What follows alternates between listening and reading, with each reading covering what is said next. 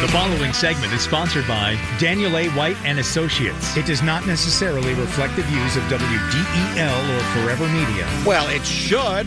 The Rick Jensen Show on 101.7 FM, 1150 AM, WDEL, and streaming to your smart speaker and mobile device. I have been a happy camper, client of Dan White for many, many years. And it's great to get to know so many people there who are so good at what they do. Financial planners specializing in retirement income. Dan Simon's one of them. He racing between the office at Glen Mills and the office in Middletown. Hey, Dan, how you doing? Hold on a second, Rick. I'm doing well. I wasn't racing. I was 5 over the speed limit the whole way. All right? Let's not put a public service announcement out there on me. No, a bolo. Be on the lookout. It's a bolo. Woo, woo, woo. Yeah. I was only going 5 over. Actually, I don't know if it's true or not, but I'm one of those people who believes that if you're 9 miles over on the highway, no one's going to bother you, but who knows? Plus, you guys also have an office in Lewis now, too, don't you? We do, yeah. Glen Mills, Middletown, and Lewis. That's right. So, obeying the speed limit, pretty much. There you go. All day, every day. You got it. I've done that. Come on.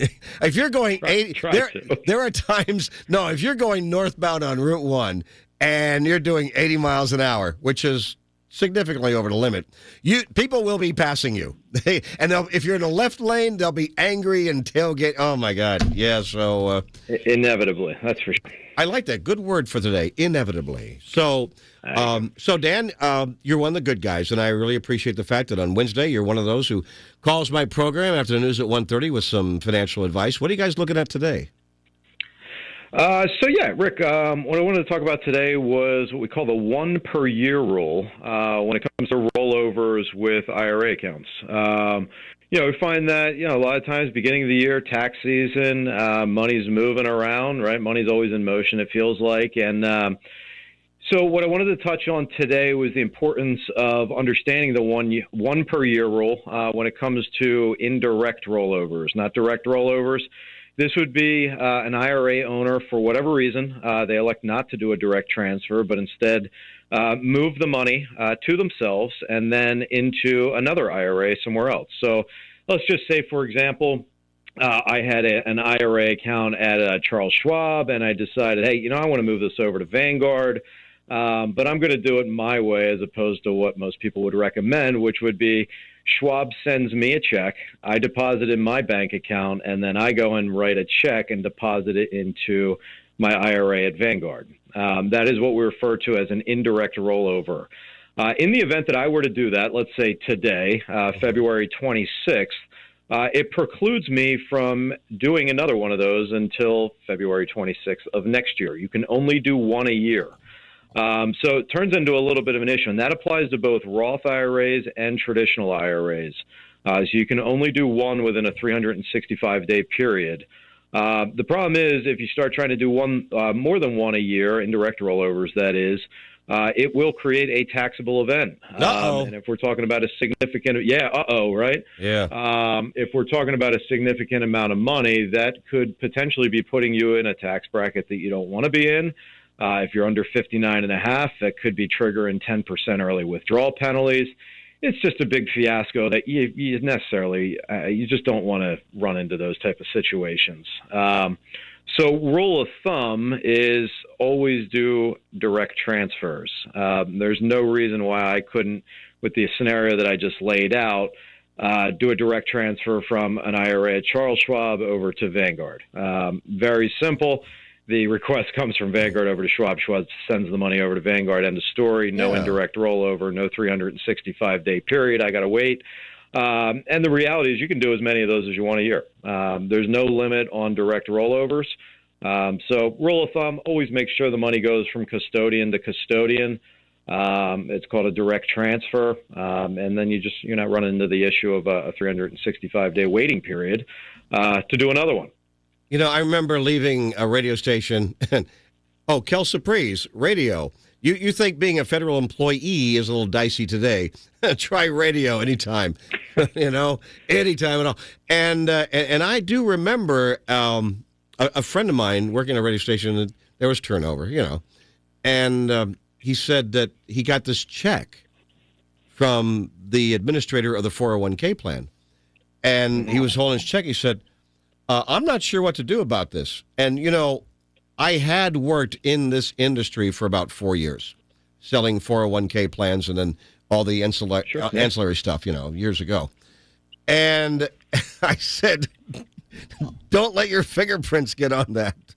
I was exaggerating, but it's true. And he freaked out. I said, look, do you have somebody? He says, yeah, I got, I forget who it was at the time. Might have been Edward D. Jones or something like that at that time.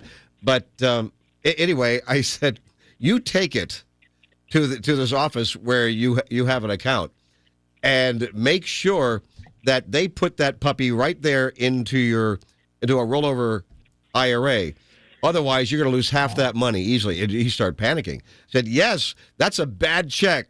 Bad. You don't want that.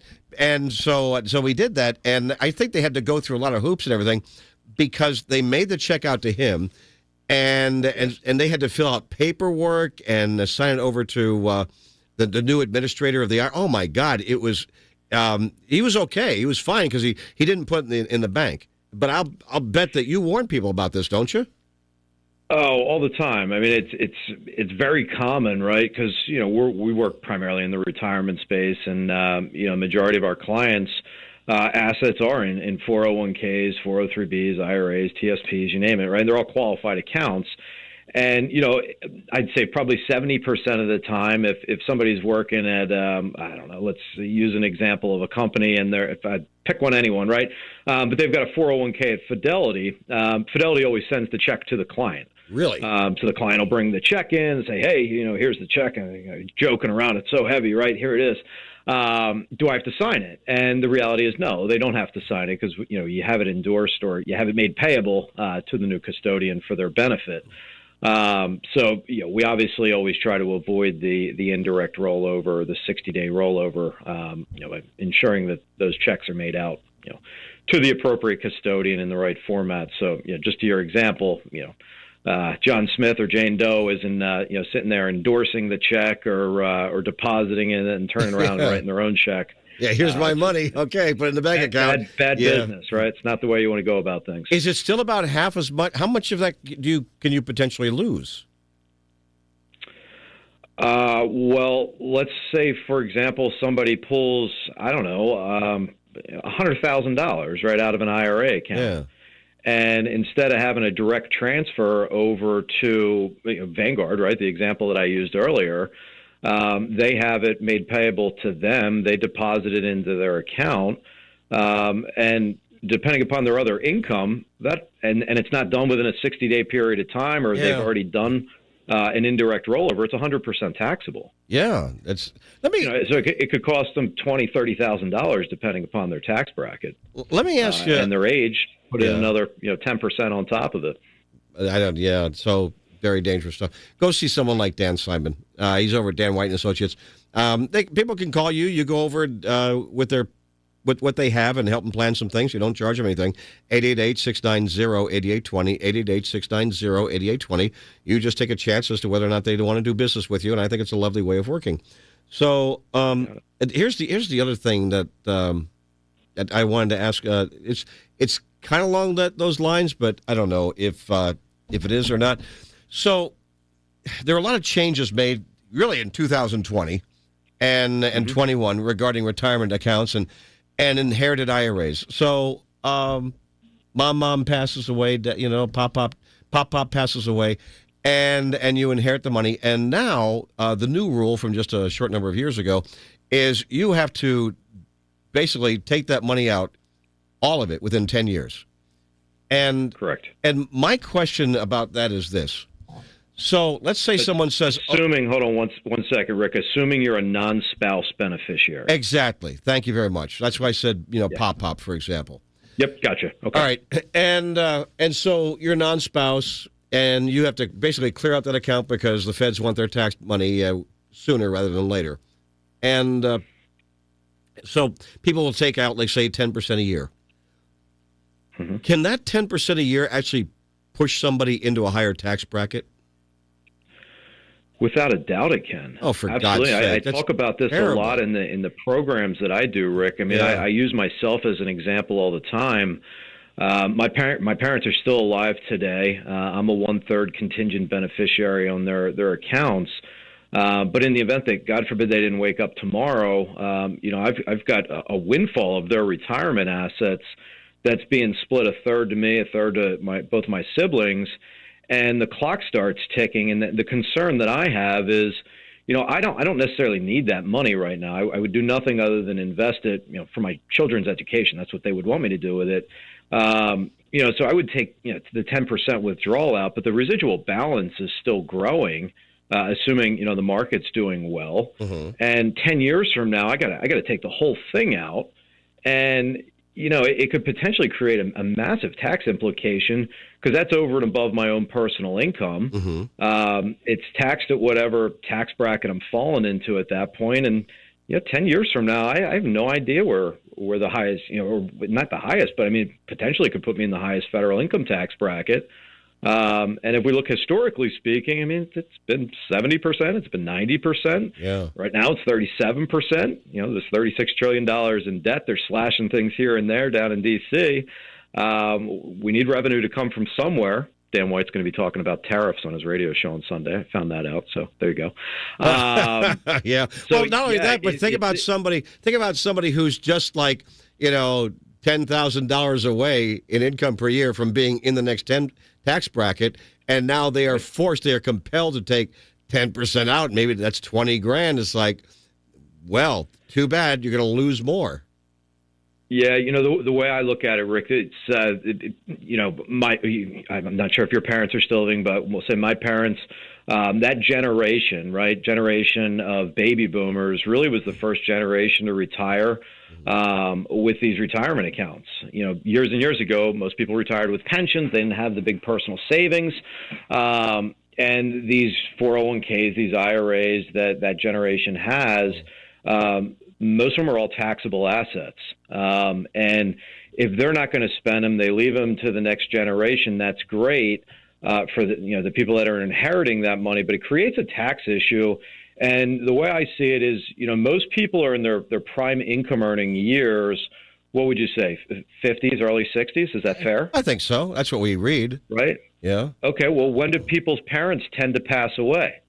40s, 50s, Yeah. right? So put 10 years later on top of that, now we're draining down on the inheritance that mom and dad left that's fully taxable, and now we're paying income tax over and above my own income, which now it's higher than it's ever been, right? Because in those prime income earning years, it's an issue. It's going to be a problem for some people, and I think there should be a strategy that folks have in place rather than just saying, we'll worry about it 10 years, and all of a sudden that $250,000 IRA grew to $500,000, and hey, now you got to take out $500,000 to pay taxes on the whole kit and caboodle. That's going to put you in the highest tax bracket. I guess maybe that's the plan. I don't. I think they knew what they were doing when they put the 10-year rule in place. Agreed. I think they did. Agreed. Dan's maybe a little deferred income for the government.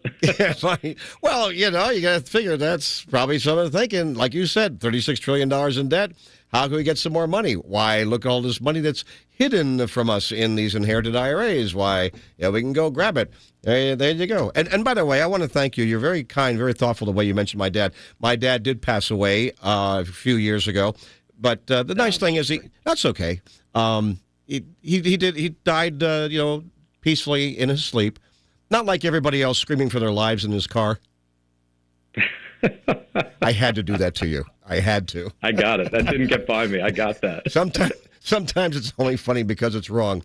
So, Dan Simon, thank you very much, man. If you want to get a hold of Dan, always a pleasure, Rick. Have a great week. I know. Thank you. I'd like to give you a cringe moment, and I think I succeeded.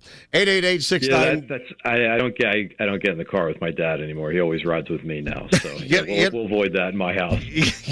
Good for you. On the serious side of thing, that is one of the most difficult things to do. Is getting the car keys. Riding the car with someone sleeping? No, I've done it many times. At the wheel. No, getting the keys away from mom or dad, when it's obvious they really shouldn't be driving anymore. And the reason is because, when we're little kids, we're young, we're taught you get your driver's license, that's freedom. As long as you can afford the gasoline and the insurance and the upkeep, it's freedom. You go anywhere you want. And then imagine this, you're driving for like 60 years, maybe 70, and all of a sudden it's time to give up that freedom. It's not just a car, it's a vehicle. It really is freedom. And oh my gosh, it was the toughest thing in the world to do that with Dad. It really was. Yeah, I remember seeing it with both my grandparents. It is tough one, but yeah, it's safety you got to worry about, right? And it's so hard for them to heal when you break their fingers and give me the keys there. No, again, no, we didn't do that. No, we didn't. It's going to happen to me sometime. And you know what? I'm very lucky we have Uber. When I get older, go ahead, take the keys. I got Uber. Come get me, kid. There you go. Yeah, there you go. That's how I'm spending your inheritance, kid, on Uber all around the country. All righty. So on Sunday mornings at, 7 o'clock, right? Yeah, 7 o'clock on Sunday mornings. 7 o'clock. Dan White presents On the Money. It's always a great program on 101.7 FM, 1150 AM, and streaming to your smart device and whatever the heck you use. I'm usually there on a smart speaker or your mobile device, things like that. I like to use my phone. Dan, great talking with you. Thanks so much for the great advice, and thanks for putting up my cringy humor. A few good laughs, Rick. Take care. Thanks again. All right, buddy. Take care.